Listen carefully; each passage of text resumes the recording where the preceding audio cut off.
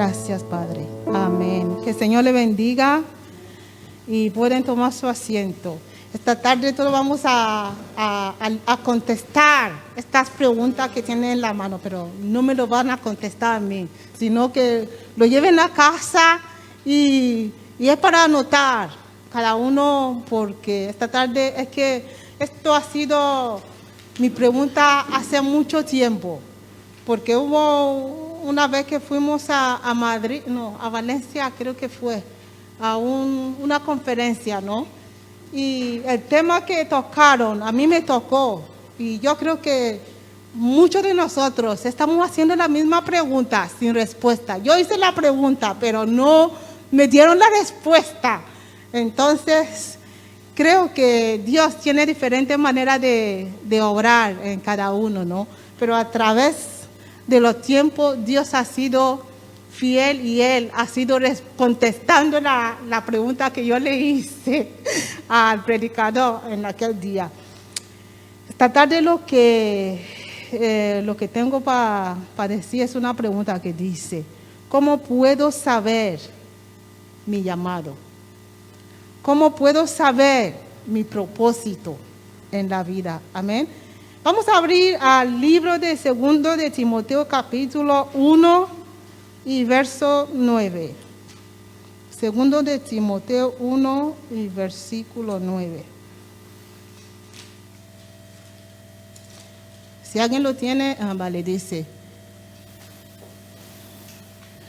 quien nos ha salvado y nos ha llamado con un llamamiento santo, no según nuestras obras, sino según su propósito y según la gracia que nos fue dada en Cristo Jesús desde la eternidad. Amén. Aquí dice, quien nos ha salvado, Dios nos salvó, pero la salvación no viene solamente salvo y ya está, sino que dice, nos ha salvado y nos ha hecho ¿qué? ¿Qué nos ha hecho después de la salvación? Nos ha llamado. Entonces cada uno de nosotros tenemos un llamamiento. Y también dice, no según nuestras obras, sino según ¿qué? Su propósito. Entonces tenemos un llamado y un propósito. No lo que nosotros deseamos, sino lo que Dios ha planeado desde la eternidad. Éxodo 9, verso 16.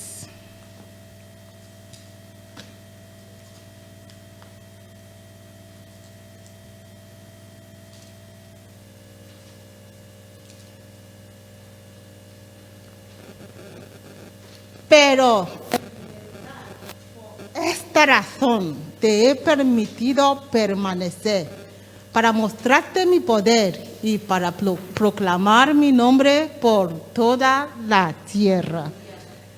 Amén. Voy a leer desde mi versión, a ver lo que dice. Dice, y a la verdad, yo te he puesto para mostrar en ti mi poder y para que mi nombre sea anunciado en toda la tierra. Dios nos llamó y dice que ese llamamiento no para que nosotros vayamos con nuestro poder, sino para que Él, a través de nosotros, muestra su poder. Por eso la Biblia dice de Jesús, dice, como Dios lo ungió con Espíritu Santo y poder. Y ese anduvo haciendo bienes. Eso en Hechos 10:38. Cuando Dios nos llama, porque Él nos llama, nos respalda con su poder. Amén. Entonces nuestro llamamiento nos dice la razón por la cual existimos. Nos dice el propósito para cual estamos aquí en la tierra. Nuestro llamamiento es lo que nos define.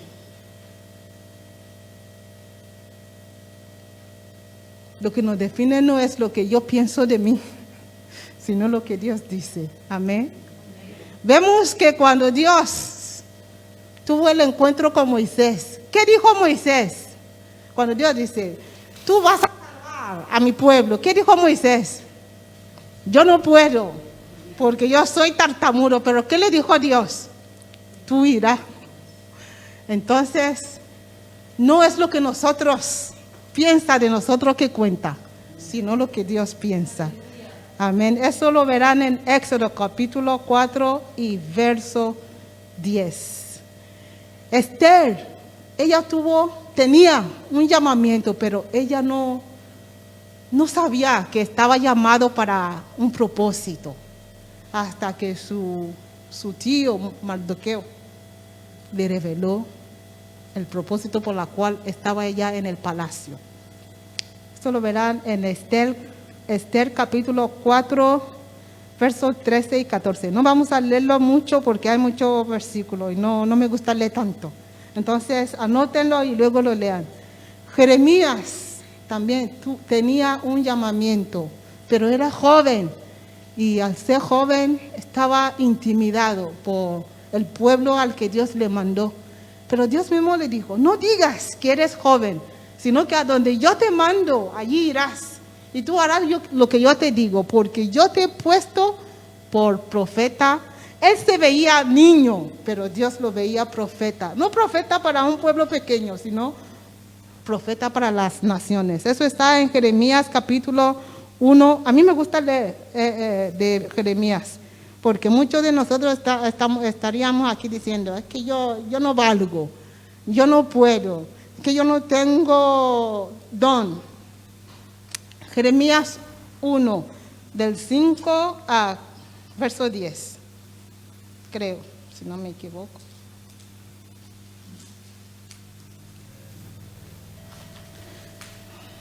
Del 5, por favor.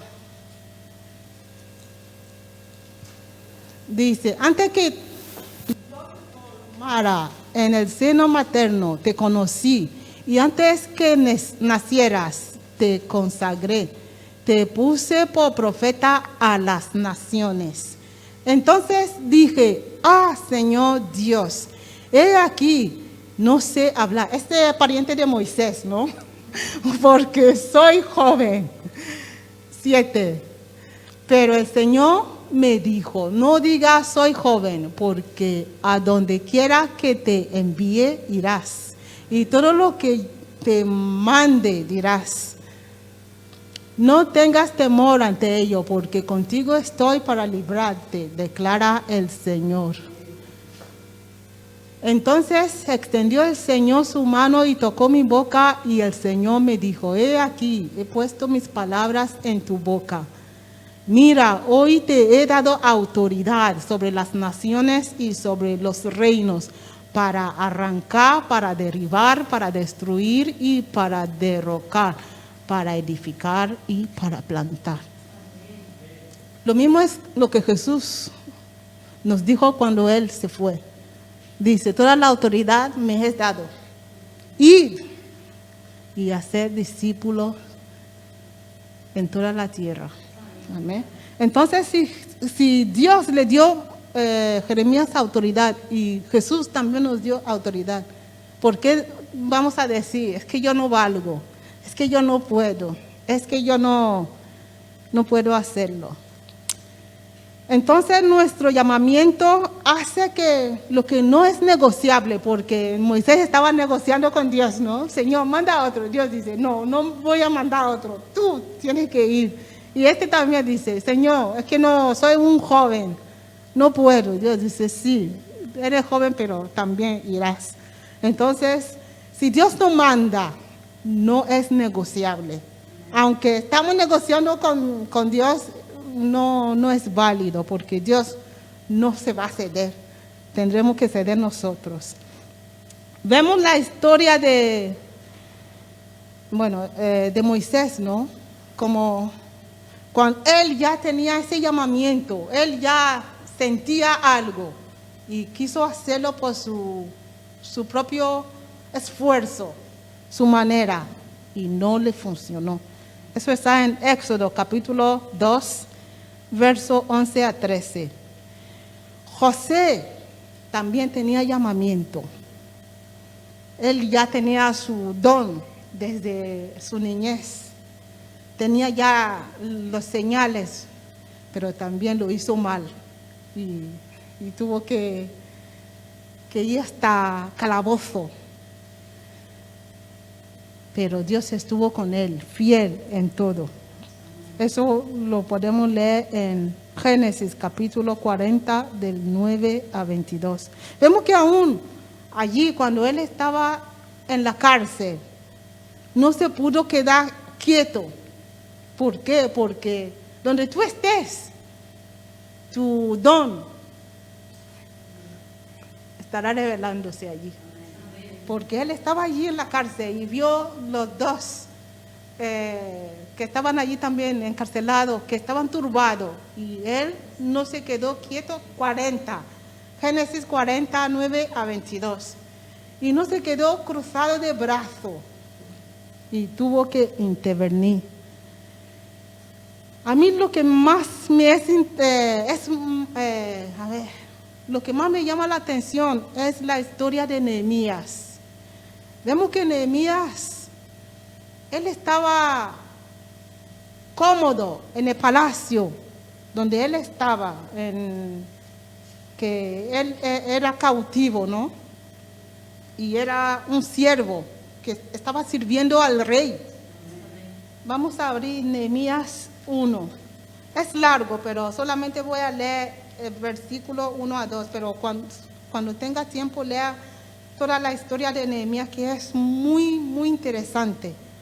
Nehemías capítulo 1, 1 y 2.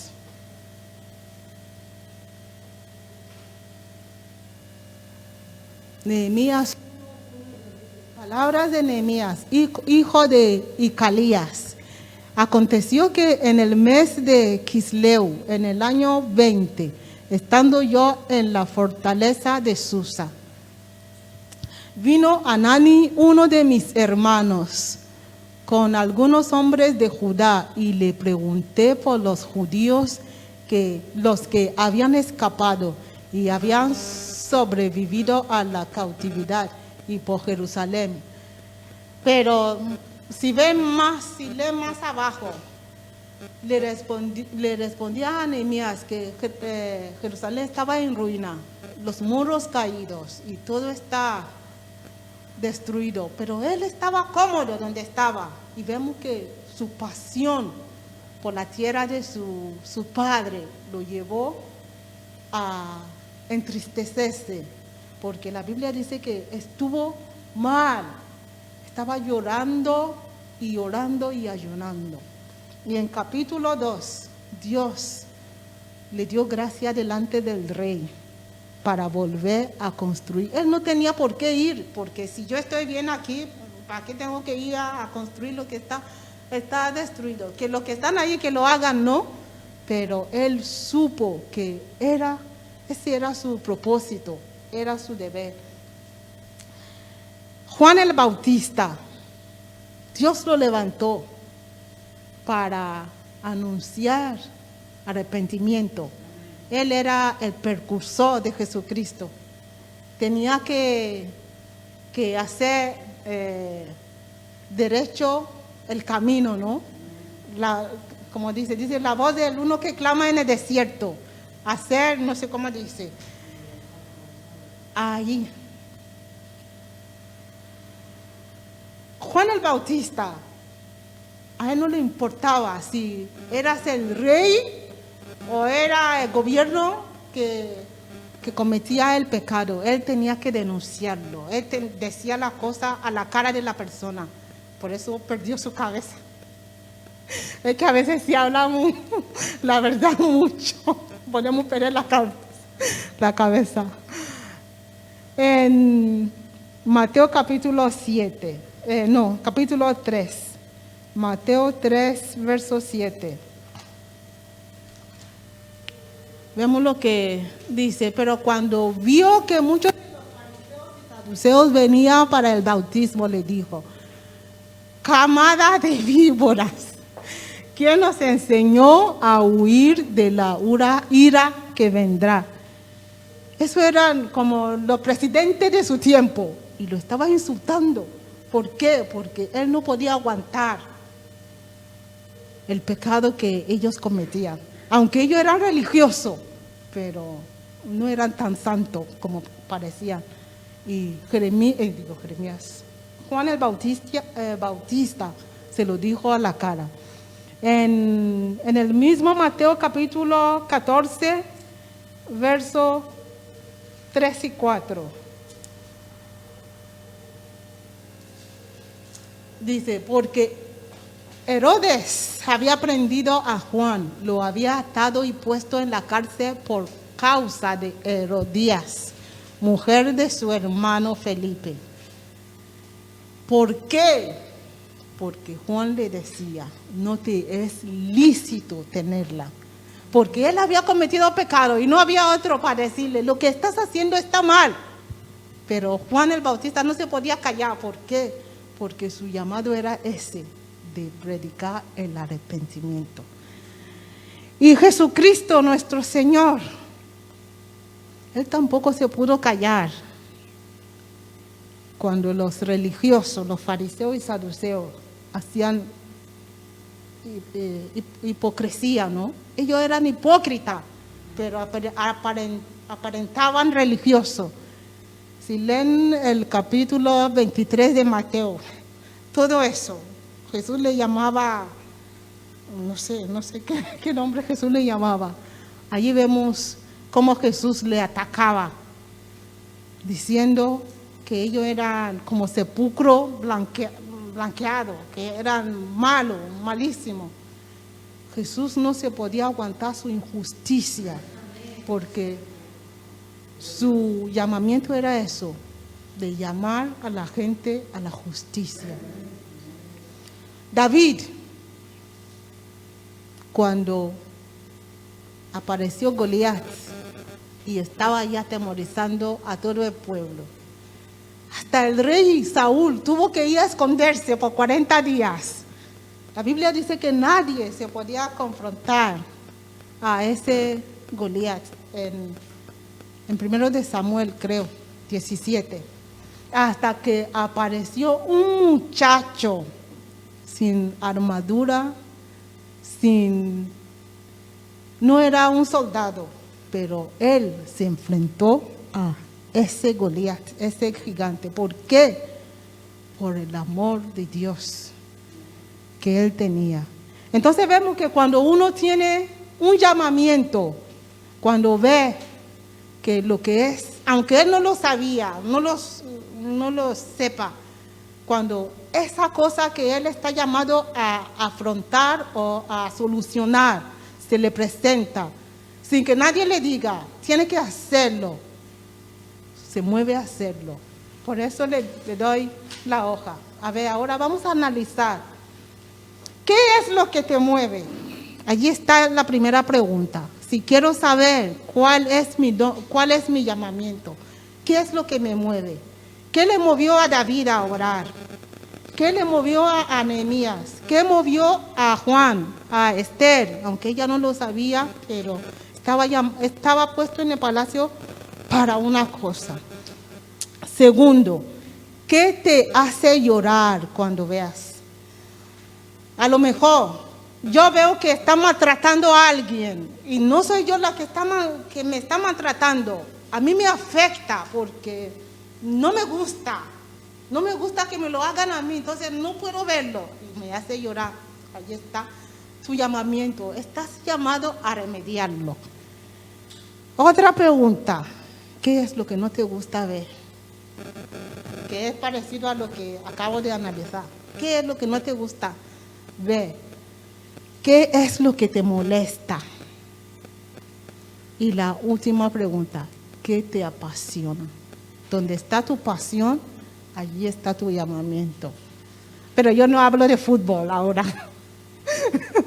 Para los futboleros eso es otra cosa. Eso es la primera, la primera pregunta de arriba es tu propósito. Si quieres saber tu propósito, ¿qué es lo que te mueve? ¿Qué te hace llorar? ¿Qué es lo que no te gusta ver? ¿Qué es lo que te molesta? ¿Y qué te apasiona? Y la parte de abajo, ¿qué te apasiona? Otra vez. ¿Qué es lo que se te da bien? O se te da muy bien. ¿Qué haces con mucha facilidad? ¿Y qué es lo que te hace sin que nadie te diga, hazlo? Que no hace falta que te estén motivando. Porque a algunos hay que cantarle Salmo 119 antes de que hagan alguna cosa. Pero si te sale de corazón, te sale así, ¿qué es? Entonces eso habla de tus dones. Tus dones es lo que tú haces con mucha ligereza, ¿no? Que a lo mejor a otro le cuesta 1000 años para captarlo, pero a ti se te da muy bien. Allí está tu don. Porque cuando Dios llamó a Moisés, ¿qué es lo que le preguntó? Dice, ¿qué tienes en tu mano? Lo que tienes en tu mano es tu don. Entonces tenemos que buscar, mirar hacia adentro y responder esas preguntas. Y allí Dios nos da pista. A lo mejor no puede ser en 5 años, 6 años, 1000 años, si Jesús no llega antes. Pero tenemos que desarrollar, tenemos que buscar, pedirle al Señor, Señor, ilumíname, dime qué es lo que estoy puesto aquí en la tierra para solucionar.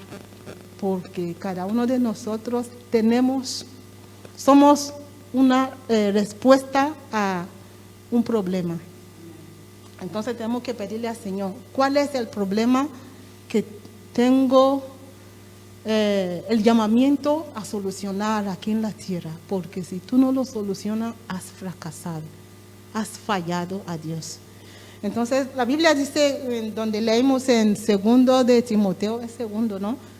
Que Dios llama a todo con un propósito. Señor, ¿cuál es ese propósito que tú has preparado para mí? Vemos la historia de nuestros hermanos Pedro y Pablo. Pedro era el apóstol para los judíos. Pablo era el apóstol para los gentiles. Pero cuando Pablo va a los judíos, ¿qué le pasaba? Le echaba en la cárcel, le pegaba porque estaba haciendo lo que no le correspondía. Cuando Pedro va a los gentiles, no le hacen caso porque él no fue llamado a eso. En cambio, Pedro tuvo éxito con los judíos y Pablo éxito con los gentiles. Cuando estamos haciendo lo que Dios nos manda a hacer, Él nos respalda con éxito. Amén. Porque estamos haciendo su voluntad.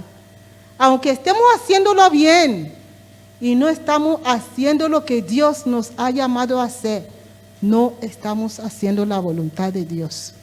Estamos usurpando. Cuando Samuel le dijo al rey Saúl, creo que 1 de Samuel, no sé si 23 o... No lo sé, no lo anote porque no estoy segura. Que esperara 7 días que él vendrá para hacer el sacrificio. La Biblia dice que cuando Saúl vio que Samuel tardaba, él se fue a ofrecer el sacrificio. Y nada más terminó, apareció Samuel. ¿Y qué pasó después? A raíz de eso, perdió su trono, perdió el reino. Cuando estamos haciendo lo que Dios no nos manda a hacer, o dejamos lo que Dios nos manda a hacer sin hacer, tiene graves consecuencias. Amén. Me gusta lo que leyó hermano Pedro antes. Entonces vamos a volverlo a leer. Primero de Pedro, capítulo 4, 10 y 11. Vamos a leerlo todo junto. Primero de Pedro, capítulo 4, 10 y 11. Dice, vamos a leerlo todo junto.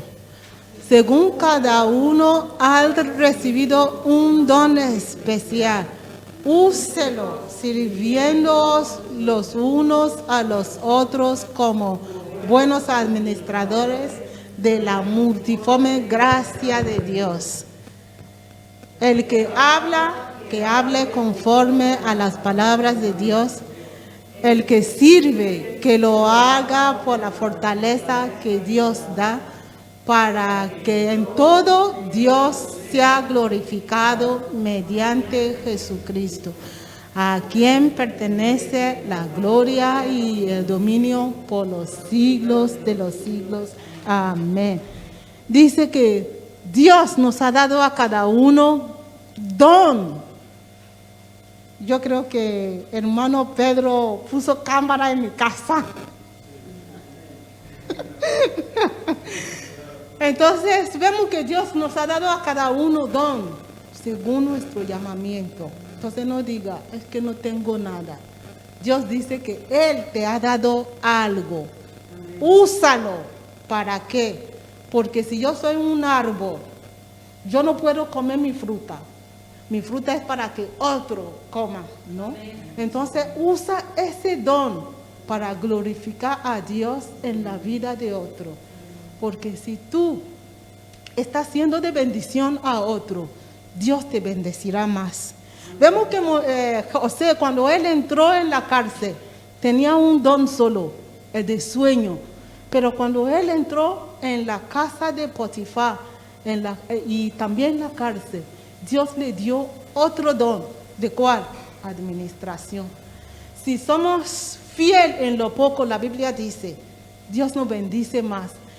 Pero si lo que Dios nos da, lo guardamos o no lo usamos, la Biblia dice que aún ese poco que tenemos, Dios nos lo quitará, se lo dará a otro.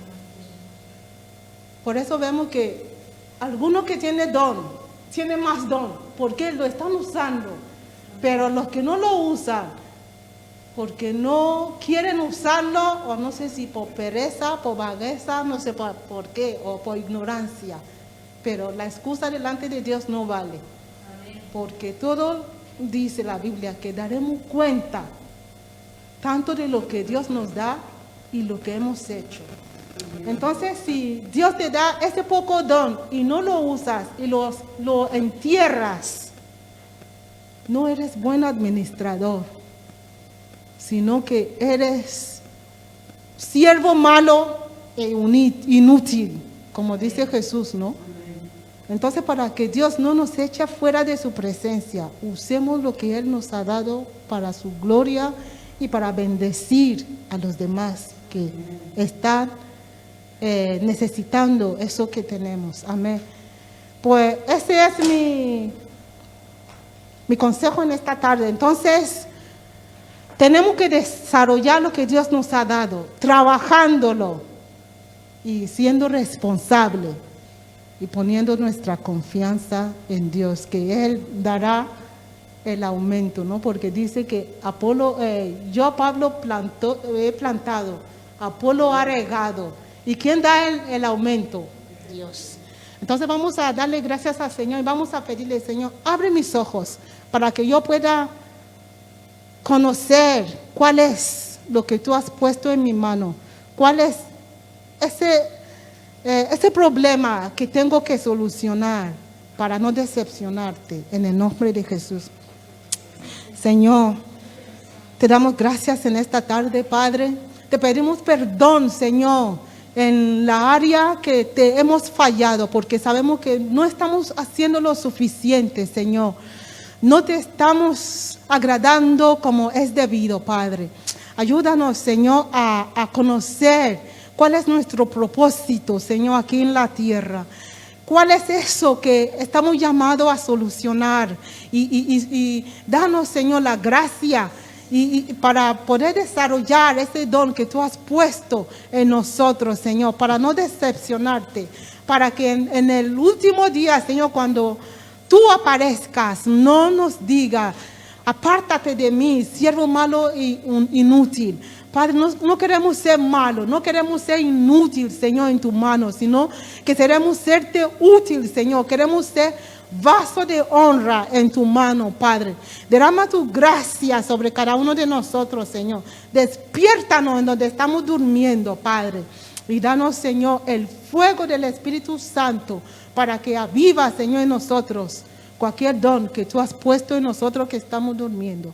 Gracias, Señor. En el nombre de Jesús te pedimos.